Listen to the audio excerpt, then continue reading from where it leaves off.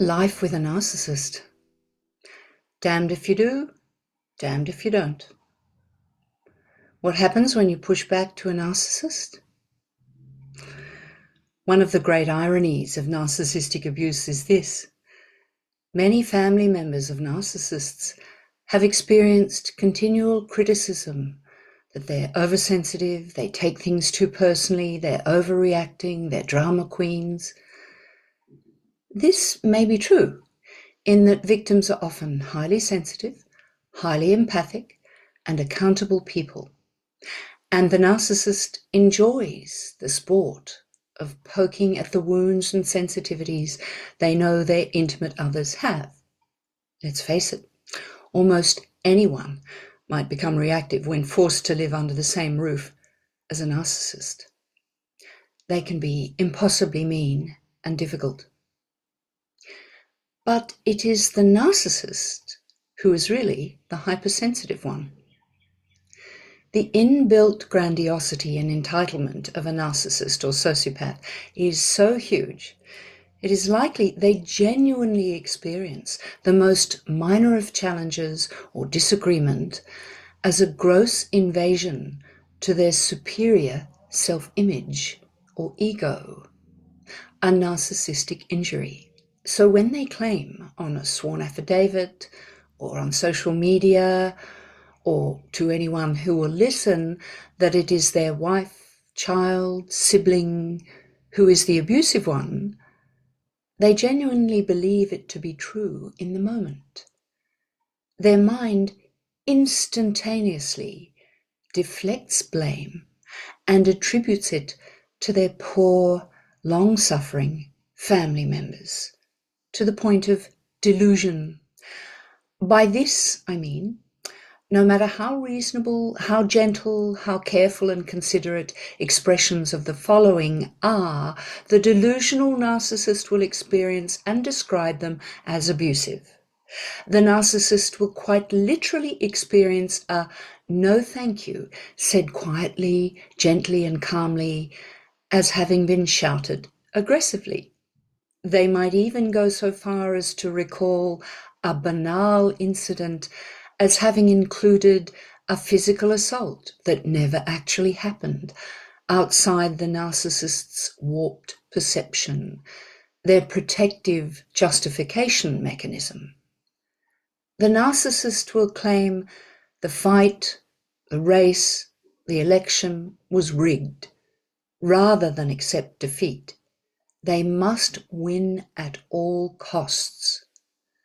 The high-spectrum narcissist might experience any of the following as abusive to their inflated egoic entitlement when we say no to them, hold a different opinion or point of view, fail to affirm their gaslighting when they claim they never said that or that never happened, delusional blame shifting, disagreeing or debating instead of instantaneous acquiescence, obedience, fawning, displaying indicators of talent, intellect, success or wealth that surpass his or hers, choosing to spend our own money in a way that we choose rather than the way she chooses, declining to answer intrusive or bullying questions, declining sex when he or she wants it, asking for care,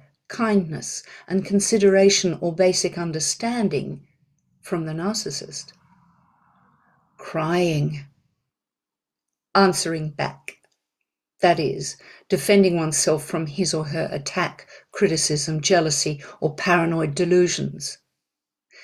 This nests in the clinical definition that narcissists are envious of others and believe others are envious of them, a kind of paranoid delusion.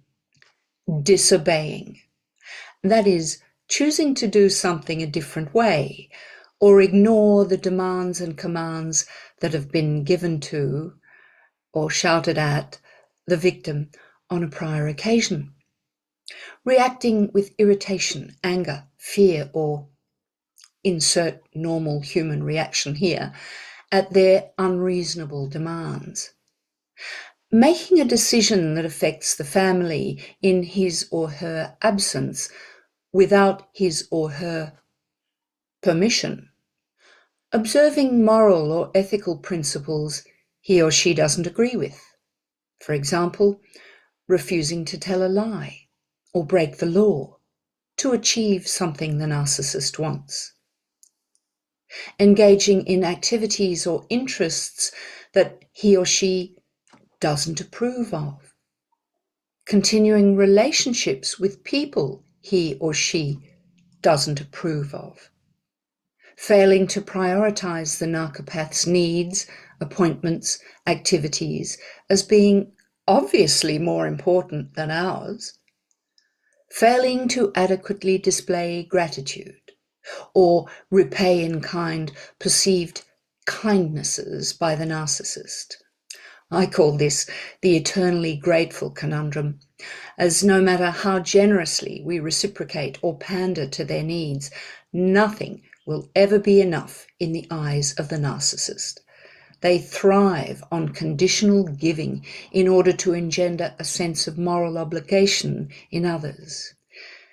These narcissistic hypersensitivities, alongside pathological dishonesty and reversed attribution, sometimes labeled projection, can be at the bottom of the confusion and distress felt by family members of the narcissist.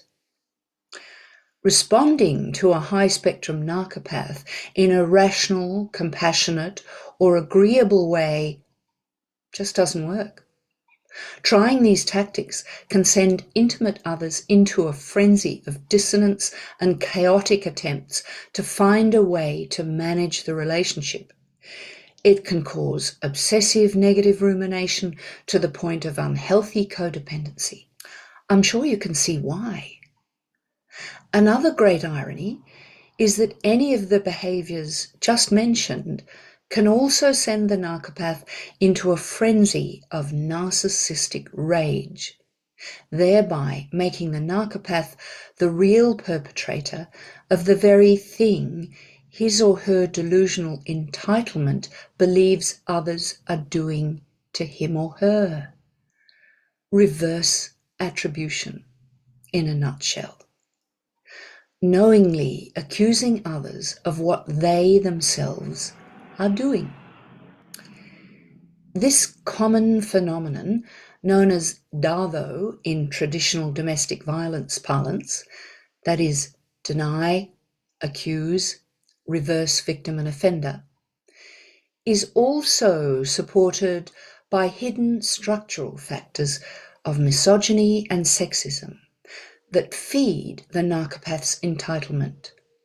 Both male and female gender role socialization that stipulates a woman should never experience or express anger, should always be compliant, agreeable, and compromising, should always acquiesce, should always choose smoothing a situation over and keeping the peace over standing up for herself or others. That women should pretend that their male partner is still the traditional breadwinner and boss of the family in public, otherwise she will emasculate him. When the narcissist is a woman, things can become even more complicated, maybe because this particular woman has responded to those cultural, structural, social rules with rebellion to the point of reversing them? Reverse attribution in play again? I don't have all the answers, but I do know this. Narcissists are most abusive to those in their innermost circle. They lack the capacity for honest self-reflection, and this makes it almost impossible for them to change their abusive ways when faced with any kind of pushback. Narcissists are also at their most earnest and genuine, with high levels of conviction, when they're lying to you, or lying to a mediator, a lawyer, or a therapist.